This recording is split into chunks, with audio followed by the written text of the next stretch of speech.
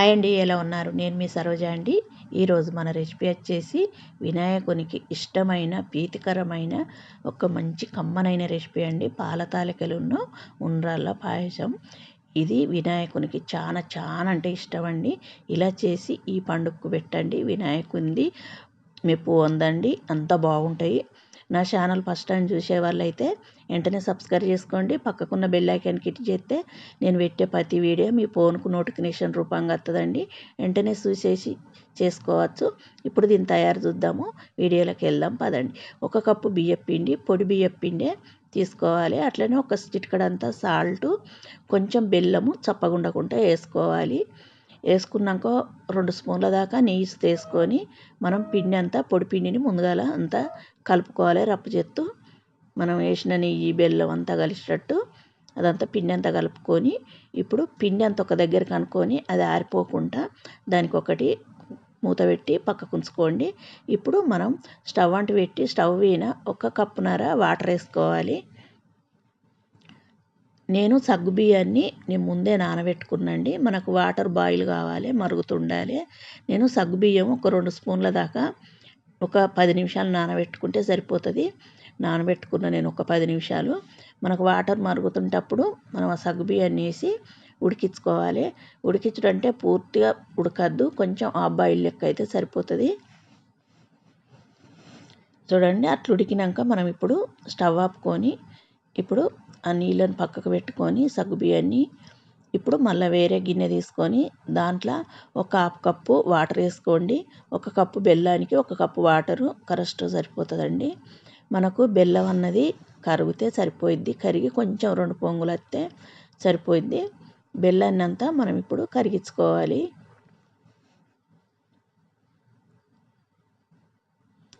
Stove అన్నది చిమ్ములో పెట్టుకొని మనం బెల్లాన్ని అట్లా కరిగించుకోవాలి.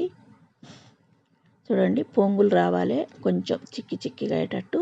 ఇప్పుడు స్టవ్ ఆపుకొని బెల్లం సిరప్ సుంద పక్కకు పెట్టుకొని ఇప్పుడు మనం ముందుగా కలిపి పెట్టుకున్న పిండి ఉంది కదా, దాంట్లో మనం ఇప్పుడు సగ్గుబియ్యం వాటర్లు ఉడికించుకున్నాం కదా, ఆ వాటర్ని కొన్ని కొన్ని వేసుకుంటా మనం పిండిని కలుపుకోవాలి. అంటే మనకు సగ్గుబియ్యంలో జిగురు ఉంటుంది కాబట్టి తాలికలు చాలా బాగా వస్తాయి.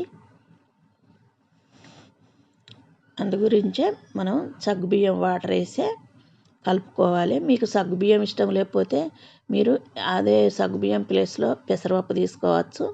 వాటర్ అయితే దీంట్లో వేడి వాటర్ వేసుకోవాలి. మీరు సగ్గుబియ్యంతో చేయకపోతే కొన్ని వాటర్ వేడి చేసుకొని పిండి కలుపుకొని మనం పప్పు పెసరపప్పుతోటి చేసుకోవచ్చు. పెసరపప్పు వేసుకోవచ్చు మనం పాల తాలికల్లో. ఇప్పుడు పిండి అంతా బాగా కలుపుకోవాలి. చూడండి, చాలా మెత్తగా పిండిని కలుపుకున్నాక దాన్ని ఇప్పుడు మనం కొంచెం నెయ్యి రాసుకోవాలి. చేతికి అంటుకోకుంటుంటుంది. నెయ్యి రాసుకున్నాక దాన్ని కొంచెం పిండిని పక్కకు పెట్టుకోండి. ఇప్పుడు మనం ఆ పిండితోటి పాల తాలికలు చేద్దాడి. చూడండి, అట్లా చేత చేసుకోవాలి. చేత గిట్లా మీకు చేయరాకపోతే మనకు షాపింగ్ బోర్డు ఉంటుంది కదా, దాని విన్నైనా చేసుకోవచ్చు. చూడండి, చేతసుతం మనకు ఈజీగానే చేసుకోవచ్చు. అంటే కొంతమందికి చేయరాదు కదా, కొంచెం కొత్తగా నేర్చుకునే వాళ్ళకు అట్లా చేయరాదు కదా, వాళ్ళు నేను ఇంకో మెదడులో చూపిస్తా. ఇవి పాల తాలికలు అన్నవి బాగా లావు చేసుకోకూడదు, బాగా పతలసుతో చేసుకోకూడదు. మీడియంలో ఆ సైజులో చేసుకుంటే సరిపోతుంది. ఇప్పుడు మనం కొంచెం పీటకు కొంచెం నెయ్యి రాసి పీట మీద చిన్న బాల్స్ తీసుకొని ఇట్లా సుతం చేసుకోవచ్చు. చూడండి, పొడుగు ఎక్కువ అయితే మధ్యలోకి అట్లా తుంపుకొని వేసుకోవాలి. చూడండి, ఇట్లా చేసుకుని వస్తాం ఈజీ. మీకు ఇట్లా చేయరాకపోతే నేను ఇంకో మెదడులో చూపిస్తా. చూడండి, మనకు మురుకులు చేసే పావు ఉంటుంది కదా, 3 రంధ్రాలు ఉన్నది, కొద్దిగా దొడ్డు ఉన్నది, అది వేసుకోవాలి. వేసుకొని మనం దాంట్లో పిండి ముద్దను పెట్టుకోవాలి. మీకు ఆ 2 తీర్ల చేయరాకపోతే ఇట్లా చేసుకోండి. ఇట్లా ఈజీగా ఇంకా తొందరగా అయిపోతాయి. చూడండి అట్లా పీట మీద ఆడికిడికి మనం దాన్ని వేసుకొని కొంచెం నైస్ పట్టి కట్ చేసుకుంటే మనకు ఏ సైజు కావాలనో ఆ సైజులో కట్ చేసుకుంటే సరిపోతుంది.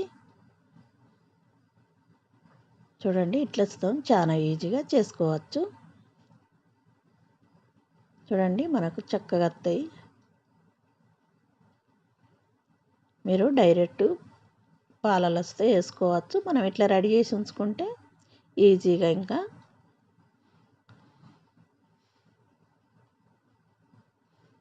చూడండి అన్నీ మనం అట్లా ప్రిపేర్ చేసుకొని పక్కకు ఉంచుకుందాం.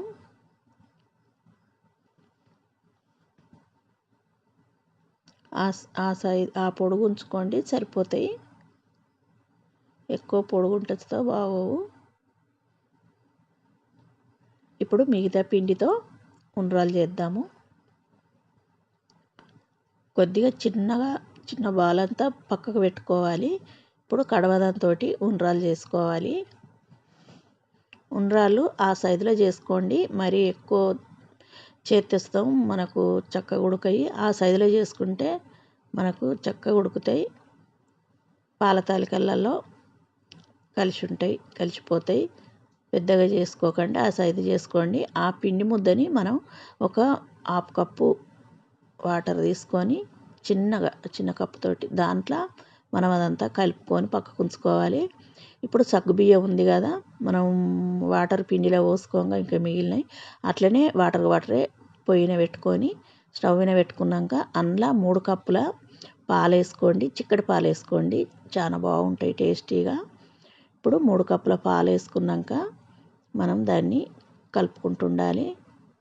ఒక 2-3 నిమిషాలు ఉడికించుకుంటే మనకు ఉడికిపోతాయి. ఇప్పుడు పాలు నేను వేసుకున్న. మీరు పచ్చిపాలు వేసుకుంటే ఒక పొంగచ్చేదాకా ఉంచుకున్నాకనే పాల తాలికలు వేసుకోండి. ఇప్పుడు అవి వేసినాక ఒక 30 సెకండ్ దాకా దాన్ని మెదిలియకండి. మనం ఉండ్రాలు తీసుకున్నాక ఒక 30 సెకండ్ వదిలేయండి. వదిలేసినాక ఇప్పుడు మెల్లగా కలుపుకోవాలి. అంటే మనం వెంటనే గంట పెడితే ఇరిగిపోతాయి. అందు గురించి ఒక 30 సెకండ్ అట్లా వదిలేస్తే మనకు అవి కొంచెం ఉడికి గట్టిగా అయ్యి ఇరగకుంటుంటాయి. ఇప్పుడు క్యాప్ పెట్టి మనం ఒక 2-3 నిమిషాలు ఉడికించుకుంటే మనకు అన్నీ ఉడుకుతాయి పాల తాలికలన్నీ. చూడండి పాలు చిక్కగా కావాలి.